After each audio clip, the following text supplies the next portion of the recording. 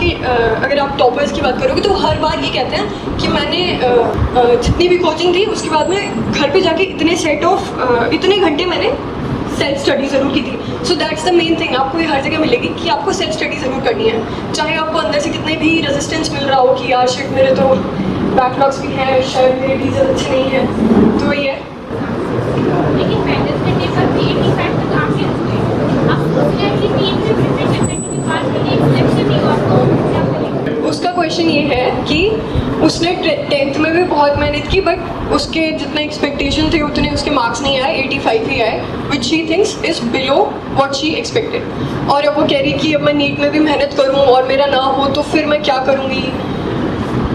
You know it's a good question. और I guess MBBS में हर बच्चे को एक बार, MBBS नहीं नीट के हर बच्चे को एक बार आता है कि क्योंकि इवन दो दे से कि नीट में भी मेहनत करोगे तो हो ही जाएगा. Eight the and it is a lot about luck. अगर हम नीट 2025 की बात करें तो फिर बहुत बच्चों ने बहुत मेहनत की थी. Many people I knew who were like really prepared but paper का पैटर्न बहुत अलग आ गया. तो इट्स अगेन लक पे भी बहुत कुछ डिपेंड करता है. एंड हो सकता है there is always a possibility का कि आपका सिलेक्शन ना हो. And the thing is I personally struggle with this but the thing is आपको एक चीज़ दिमाग में रखनी पड़ेगी कि आप अपने मार्क्स को या फिर आप अपनी जो भी रिजल्ट आएगा उसको आप अपनी सेल्फ वर्थ से इक्वेट मत कीजिए कि भाई हाँ मेरे जितने मार्क्स आते हैं मेरी उतनी ही वर्थ है, अगर मेरे कम नंबर आ रहे हैं तो मैं आई एम लाइक वर्थलेस. ऐसा कुछ नहीं है, ठीक है. Eight the and it's just an exam. और मैं बिलीव करती हूँ कि आप जो भी करें अगर आप उसमें बेस्ट हैं तो आप सक्सेसफुल हो ही जाएंगे. नाउ सक्सेस की डिफरेंट मीनिंग होती है बट आई वुड से जैसे अगर कोई हेयर ड्रेसर है जो कि बाल सिर्फ बनाता है, जो सेलिब्रिटीज़ के बाल बनाता है, वो एक सबसे बड़े doctor I guess like India के एक बहुत अच्छे डॉक्टर से भी ज़्यादा कमाता होगा, जो like I guess Justin Bieber के बाल बनाता होगा आई गेस. तो उसके डॉक्टर से भी ज़्यादा उसकी पक्के उसको पैसे मिलते हैं बट वो एट द एंड बाल ही बना रहे हैं. तो and it's not more noble than being a doctor. तो वही है, उन्होंने अपनी जो भी वो कर रहे हैं उसमें उन्होंने बहुत मेहनत की है. He is definitely skilled. तो एट द एंड ठीक है वही है but the main thing is आपको मेहनत करनी पड़ेगी. वो जो हेयर ड्रेसर है उसने बहुत मेहनत की है एंड वो for a reason he is a top hairdresser. उसको ऐसे ही नहीं बन गया, ठीक है. He has many skills. So the thing is at the end किसी भी चीज़ में अच्छा होने के लिए आपको बहुत मेहनत करनी पड़ेगी. और वही बात क्वेश्चन है कि इस पॉइंट पे मेहनत कर लोगे so you will get the maximum amount of returns for your मेहनत. लाइक हमारे पापा हमें बताते थे कि अगर 11th-12th में मेहनत करोगे तो उसके मैक्सिमम रिटर्न आएंगे. अगर आप वही मेहनत 25 की एज पे करोगे तो डेफिनेटली उसको कम नोटिस किया जाएगा एंड उसको कम अप्रिशिएट किया जाएगा. So keep that in mind कि आपकी वर्थ इस सबसे डिक्टेट नहीं होती है. और दूसरी चीज़ आप किसी भी चीज़ में अच्छा कर सकते हैं अगर आप उसमें मेहनत करेंगे. जी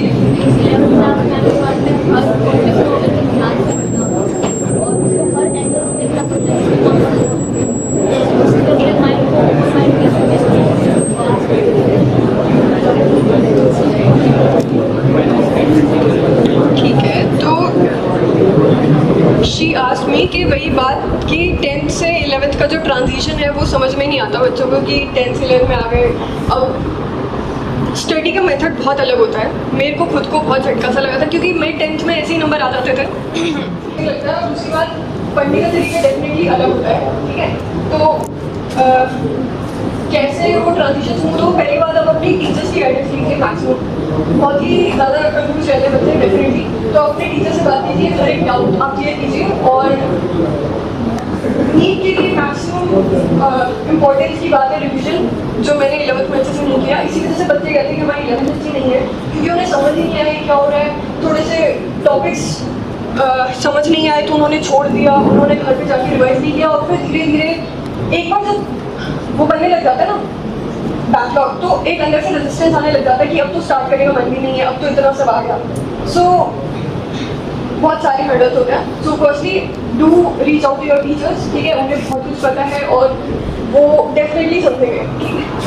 और दूसरी बात मैक्सिमम अगेन रिविजन कीजिए आप बहुत. हर दिन जाके वही बात जो ऋषि ने बार बार कही कि एक amount of self study is very important. अगर इस बार के जो नीट टॉपर थे, मैं छोटा सा मैंने उनका इंटरव्यू देखा था। हर बात की एक्चुअली हर बार की अगर आप टॉपर्स की बात करोगे तो हर बार ये कहते हैं कि मैंने जितनी भी कोचिंग थी उसके बाद में घर पे जाके इतने घंटे मैंने सेल्फ स्टडी ज़रूर की थी। So that's the main thing, आपको ये हर जगह मिलेगी कि आपको सेल्फ स्टडी ज़रूर करनी है, चाहे आपको अंदर से कितने भी रेजिस्टेंस मिल रहा हो कि यार शिट मेरे तो बैकलॉग्स भी हैं, शायद मेरे डीजल अच्छे नहीं हैं, तो वही है। And the thing is it is suppose to be hard, ठीक है, बहुत ही हार्ड तो होना ही है, दिस इज़ अ कॉम्पिटिशन और ये ज़बरदस्ती हार्ड बनाया गया है। नीट में बच्चे बोलते हैं कि भाई फिजिक्स क्यों रखी है, MBBS में फिजिक्स नहीं आनी, it's there to make physics NEET hard, ठीक है, क्योंकि MBBS इज़ हार्ड और MBBS में आपको बहुत ज़्यादा डिसिप्लिन चाहिए होता है। सो ज़बरदस्ती रखिए ताकि हार्ड हो, क्योंकि competition is suppose to be hard. India में बहुत सारे बच्चे हैं, बहुत सारे इंटेलिजेंट बच्चे हैं, तो उनको सेपरेट करने के लिए फिजिक्स भी रखिए, तो हार्ड तो होगा। इसीलिए आप उन लोगों के पास जाइए जो आपकी हेल्प करेंगे, वो आपके टीचर्स, और मेहनत करनी पड़ेगी। That's the thing, for NEET आपको बहुत मेहनत करनी पड़ेगी।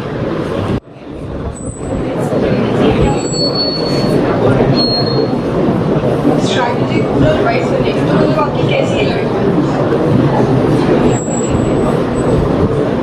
और तो फिर सब्जेक्ट वाइज अप्रोच होती है नीट के अंदर।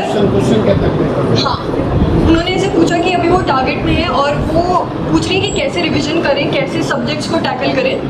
नाउ दैट उन्होंने सब कुछ पढ़ लिया है, उनकी 11 थोड़ी वीक है, जो कि मैक्सिमम बच्चों की होती है, ठीक है। तो अगेन नीट में बहुत ज़्यादा सब्जेक्ट वाइज आपको चलना पड़ता है। बायोलॉजी सबको पता है, NCERT पढ़ते रहो, ठीक है। हाँ, और बच्चे बहुत ही नीट में ऐसे करते हैं कि भाई आसान वही बात है कि अच्छा फिजिक्स का तो बहुत आसान सा आता है, 2024 तक बहुत आसान आता था, फॉर्मूले लगा दिया और आ गया, ठीक है। इस बार 2025 में उन्होंने बहुत अच्छा पेपर दिया एंड बच्चे डर गए, एंड वो सब एग्ज़ाम का प्रेशर भी होता है। और या तो वही है कि बच्चे शॉर्टकट्स ढूंढते रहते हैं कि अच्छा नीट में तो फिजिक्स आसान आएगी तो मैं आसान क्वेश्चन ही करूँगी, जो सर ने क्वेश्चन दिए उसमें हार्ड वाले तो आते ही नहीं है तो मैं वो नहीं करूँगी, और सिर्फ हार्ड वाले ईजी वाले करते हैं।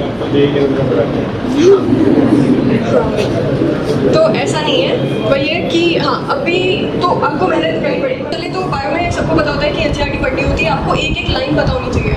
वहाँ पे द थिंग इज NCERT की आपने लाइन पढ़ी होगी, फिर भी आपको पता भी होगा अच्छा इस चैप्टर में इस पेज पे यहाँ पे ऊपर लिखा हुआ है, एंड उस प्रेशर के अंदर आपको इतनी प्रैक्टिस होनी चाहिए कि उस प्रेशर में भी आप उसके अंदर अगर एक नोट ऐड कर दिया है जो बुक में नहीं था तो वो तुम्हें दिखना चाहिए, एंड उसके लिए बहुत ज़्यादा प्रैक्टिस चाहिए। तो उसके लिए आप बहुत बार पढ़े।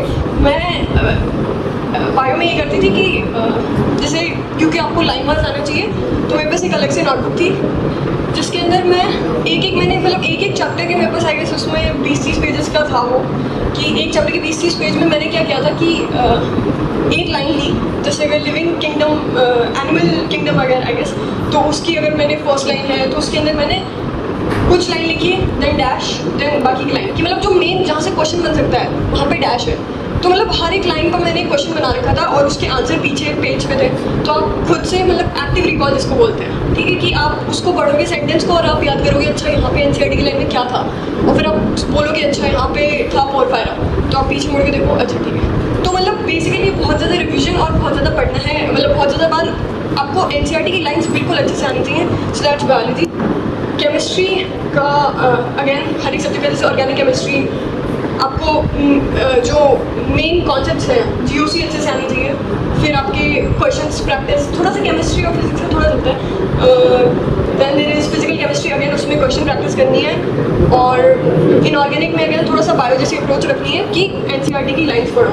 उसके बाद फिजिक्स में हम सॉल्व लॉट ऑफ क्वेश्चंस, क्योंकि मुझे लगता है कि बहुत सारे कॉन्सेप्ट्स क्वेश्चन सॉल्व करके ही बनते हैं। अगर आप कहोगे कि मेरे को नोट्स सारे आते हैं और मेरे को चैप्टर आता है, तो ऐसा कुछ भी नहीं है। अगर आप क्वेश्चन सॉल्व करोगे, और वही है जो कुछ बच्चों ने बोला कि मेरे से क्वेश्चन नहीं सॉल्व होते हैं, दैट इज़ बिकॉज उस क्वेश्चन को सॉल्व करने के बाद में आपके दिमाग में एक नया कॉन्सेप्ट बनेगा। आप क्वेश्चन इजीली प्रैक्टिस कर रहे हो क्योंकि कुछ ना हो और उससे तुम्हारा कुछ नया कॉन्सेप्ट बने, नॉट बिकॉज आप क्वेश्चन सॉल्व करते रहो सारे हो गए तो आपको अंदर से कुछ ईगो बूस्ट मिले। तो वही है, प्रैक्टिस कीजिए। सब्जेक्ट वाइज आपकी अप्रोच होनी चाहिए, ठीक है। जा रहे वही मॉक टेस्ट जो भी आप दे रहे हैं और उसमें आपके अच्छे नंबर नहीं आ रहे, तो हम कैसे कंटिन्यू रखें। तो इसी बात का आंसर ऋषि ने दिया था कि वही है कि अंदर से कोई भी टाइप का मोटिवेशन अंदर से ही आ सकता है। इवन अगर एक पॉइंट के बाद में कुछ चीज़ें खराब होने लग जाती हैं, बैकलॉग्स बनने लग जाते हैं और नंबर नहीं आते, तो बच्चे काइंड ऑफ गिव अप कर देते हैं। वही बात है, गिव अप वाला एटीट्यूड। कुछ कहते हैं कि मेरे को तो करना ही नहीं है, मेरे को तो भेज दिया है यहाँ पे। कुछ कहते हैं कि नहीं नहीं मेरे बस की नहीं है। वो सब कुछ नहीं है एक्चुअल में। आप यहाँ पे हर कोई जो बैठा है, हर किसी को बनना तो है, हर किसी को करना तो है, चाहे उनके पेरेंट्स ने बोला हो, चाहे उन्हें किसी और ने भेजा हो, बट एट द एंड यहाँ पे हर बच्चे को करना है। यहाँ पे कोई भी यहाँ पे ऐसे नहीं आया कि यार मैं तो ऐसे बैठा हूँ। बट कुछ बच्चों का थोड़े टाइम बाद में एटीट्यूड बन जाता है कि नहीं नहीं मेरे को फ़र्क नहीं पड़ता। वो खुद को समझा रहे हैं कि मुझे फ़र्क नहीं पड़ता, बट फ़र्क सबको पड़ता है और नंबर सबको लाना है। तो ये वो जो अंदर वो जो एटीट्यूड आता है वो तभी आता है जब आपको दिखता है कि कुछ हो नहीं रहा यार, मैं तो तैयारी भी की, मैंने मेहनत भी की, फिर भी नंबर नहीं आ रहे, तो मैं बस बोल देता हूँ कि मेरे को फ़र्क नहीं पड़ता है और बस ठीक है मैं छोड़ देता हूँ। तो ऐसा नहीं है, ठीक है। आपको वही है again it's suppose to be hard. तो वही वो कुछ पॉइंट्स होते हैं जहाँ पे आपके ऊपर प्रेशर डाला जाता है, चेक किया जाता है कि आप इस चीज़ के लायक हैं कि नहीं। Because specially talking about MBBS is very hard. अगर मैं जैसे फर्स्ट ईयर में हूँ तो ऐसा बिल्कुल नहीं है कि नीट से ज़्यादा आसान नहीं है, ठीक है। सो आपको प्रिपेयर किया जा रहा है बेसिकली। सो उसके अंदर अगर आप उस पॉइंट पे हैं जहाँ पे आपको लग रहा है कि ये तो हार्ड है, ये तो मेरे बस का नहीं है, तो वहाँ पे आपको थोड़ा खुद से परसिवरेंस दिखानी पड़ेगी, खुद से रेजिलियंस दिखानी पड़ेगी। वो क्वालिटीज़ आपके अंदर चेक की जा रही हैं कि आपके अंदर है कि नहीं, क्योंकि जिन बच्चों में नहीं है वो आउट हो जाएंगे कंपटीशन से, जिनमें है वही आएंगे और वही डॉक्टर बन पाएंगे, और वैसे ही डॉक्टर हमें चाहिए। तो इसलिए आप दिखाइए। तो बेसिकली आपको वहाँ पे रुकना है और वहाँ पे आपको कहना है कि नहीं नहीं मैं गिव अप नहीं करूँगी, मेरे बहुत गंदे नंबर आ रहे हैं और मेरा तो बहुत बैकलॉग भी है, बट इस पॉइंट पे नहीं गिव अप करेंगे। उस पॉइंट पे आपको सबसे ज़्यादा मेहनत करनी है। And there definitely will be a point जहाँ पे आपके पास पता है ऐसे होगा कि यार सीट मेरे पास तो नहीं है, मेरे पास तो अंदर से भी कुछ नहीं है, मैं क्यों करूँ। उस पॉइंट पे अगर आपने फिर भी कंटिन्यू रखा तो आप कर लेंगे, ठीक है। Because NEET is not that hard, ठीक है। It's really about your mentality.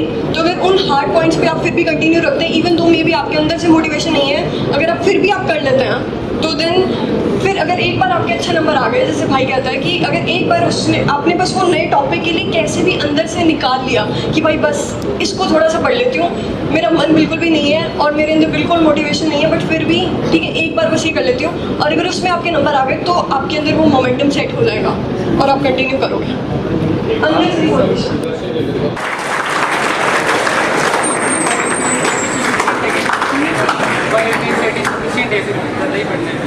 इस बार तो भी ऑनेस्ट मेरे को ज़्यादा नहीं पता है कि बाहर से क्वेश्चंस आए थे कि नहीं आए थे। ज़्यादा क्वेश्चंस देखो वही है कि अगर आपको AIR 1 लानी है तो शायद आपको पढ़ना चाहिए था, but the thing is I don't think नहीं आपको नहीं पढ़ना चाहिए। NCERT के लिए बायो के लिए आपको NCERT से बाहर नहीं पढ़ना चाहिए, क्योंकि इवन दो 45 क्वेश्चंस में से मे बी 2 बाहर से भी आ गए तो 43 अंदर से ही आने हैं। और अगर वो 43 ऐसे ही आते हैं बायो के कि अगर वो आपने अच्छे से NCERT नहीं किए तो 43 भी गलत हो जाएंगे।